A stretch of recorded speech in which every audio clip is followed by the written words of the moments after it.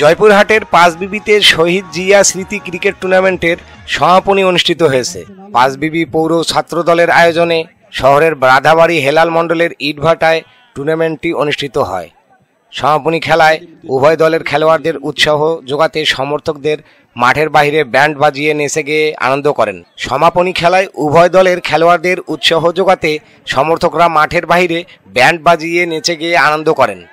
সমাপনী খেলায় অ্যাডভোকেট নাজমুল ইসলাম জনির সভাপতিত্বে আলোচনা সভা শেষে বিজয়ী খেলোয়াড়দের হাতে পুরস্কার তুলে দেন উপজেলা বিএনপির সভাপতি আলহাজ সাইফুল ইসলাম ডালিম।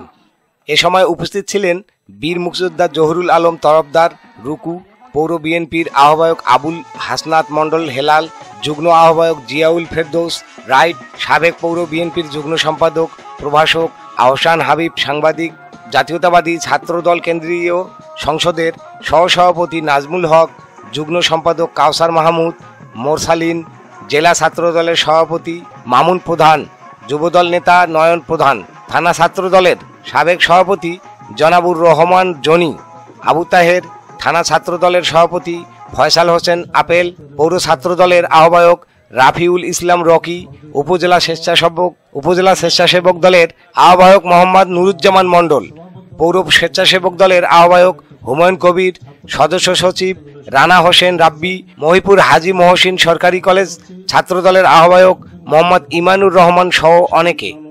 সমাপনী টুর্নামেন্টে মহিপুর ক্রিকেট একাদশ 5 উইকেটে পুরানা পৈল একাদশকে পরাজিত করে বড় খাসি জয়লাভ করেন। গত 24 এপ্রিল শহীদ জিয়ার ক্রিকেট টুর্নামেন্টটি 16টি ক্রিকেট দলের অংশগ্রহণে উদ্বোধন হয়েছিল।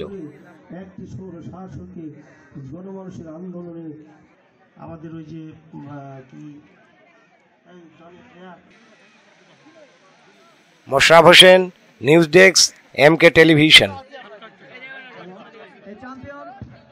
চ্যাম্পিয়ন দল এবং